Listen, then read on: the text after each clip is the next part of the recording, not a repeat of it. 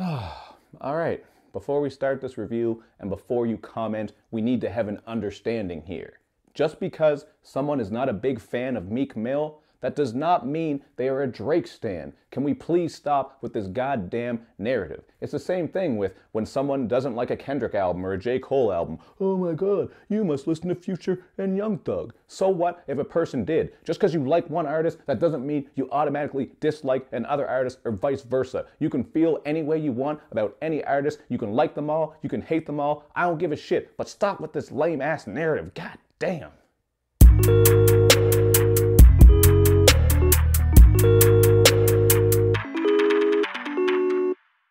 What's up, everybody? It's Luke James, not the singer. If you're looking to get your music reviewed, you can hit up this email. That's right here.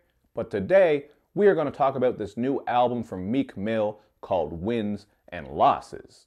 Now, Meek Mill, of course, is a rapper from out of Philadelphia who's been at it for quite a few years now. And whether you like him or not, you cannot deny the amount of success he's had with some of his mixtapes and albums, especially some of those earlier mixtapes, because the Dream Chasers series has done quite well. Of course, we got to bring up how his name has been buzzing because of his beef with Drake over the past couple of years.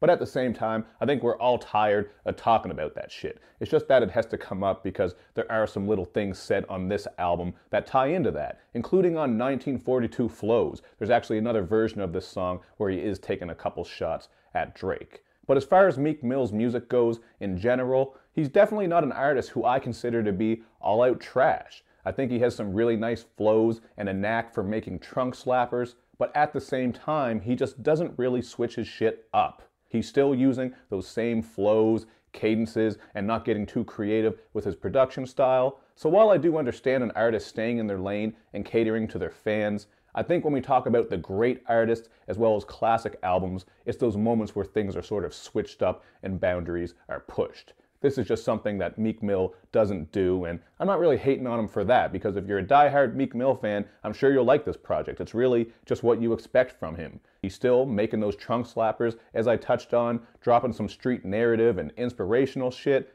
and of course, he is yelling his bars all over this damn thing. Myself, I don't mind it, but over a long-ass album like this, his delivery style and cadence does get a little bit old. Although, to be fair, he is tying in some auto-tuning and crooning throughout this project, but he's not really doing it in any real interesting or unique way.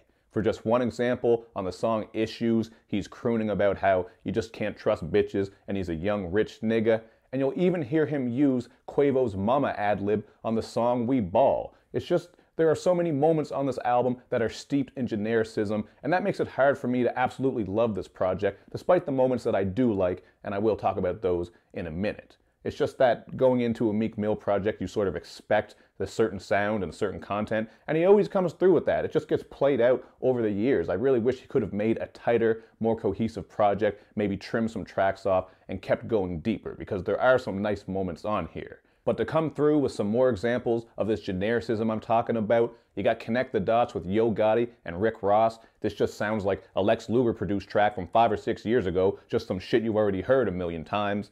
And then you get your quintessential tracks for the ladies. You got Whatever You Need. I do appreciate the Tony Tony sample on this, but ultimately it's just a lovey-dovey track with Chris Brown and Ty Dolla. Nothing too interesting or unique. You also have Open, a track with Verse Simmons. This is a more sexually driven track. Nothing about this one stuck out to me. And then on Fall Through, you just have Meek Mill crooning with the most repetitive flow for pretty much the entire length of the song. All these songs, obviously they weren't made for me, but they're just very, very generic. There's no interesting take on here. None of the bars are really that great. It's just some run-of-the-mill shit. I really feel like you could take these tracks off and I wouldn't miss them, or maybe just make one track for the ladies instead of these three that are just meh. As I alluded to earlier though, there really are some great moments on this album where Meek is getting deeper and going personal. The song Heavy Heart in particular is one of my favorite tracks and probably one of the best Meek Mill songs I ever heard in my life. The production is really dope, it's just this hazy banger, and Meek Mill opens up about how so many people showed their true colors and turned on him during that beef with Drake. As you listen through this album, you'll actually pick up on that theme quite a few times. Really does make the title fit well, wins and losses, because he's going over some of the wins he's had. He's had a lot of success with his music, some of the losses he's had, this whole beef with Drake where people think Drake annihilated him. So I do appreciate some of these running themes, as well as the usual rags to riches story. You will hear that on songs like Made It From Nothing and Price, where he goes into a bit of detail about how it was for him to come up in the streets, and there is some really nice lavish production on both of those tracks. He's not really getting too profound throughout this album, but I still think that he's coming from his heart, so that's something I appreciate about Meek Mill on this album, and it definitely will help people connect with him. Now, another track that stuck out to me is 1942 Flows, because once again, he's getting personal and digging deep.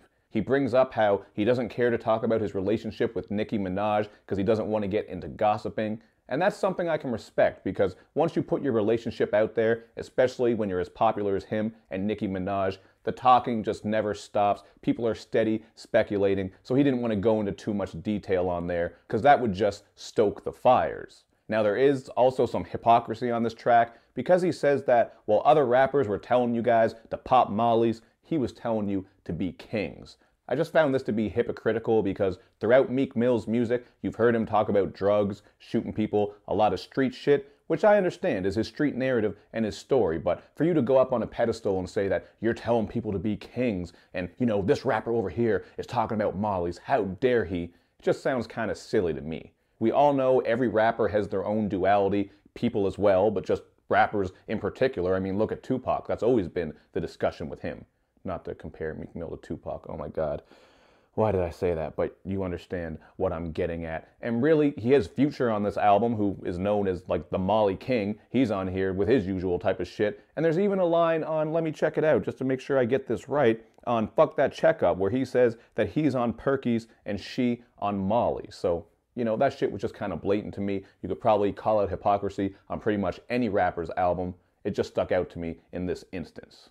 But getting back to some of that more poignant content on this album that I appreciated, we gotta talk about the song Young Black America. I really like what Meek was doing here, because he was drawing from his own experiences, coming up in the streets, and trying to speak to young Black America, just letting you know that you can get caught up in the streets, you can wind up in jail, and people won't be there for you. I really just thought this was one of the better verses from Meek Mill, not just on this album, but really throughout his career. It really struck a chord with me. But goddamn, I cannot get over the fact that this beat is a classic beat from a classic song on a classic album.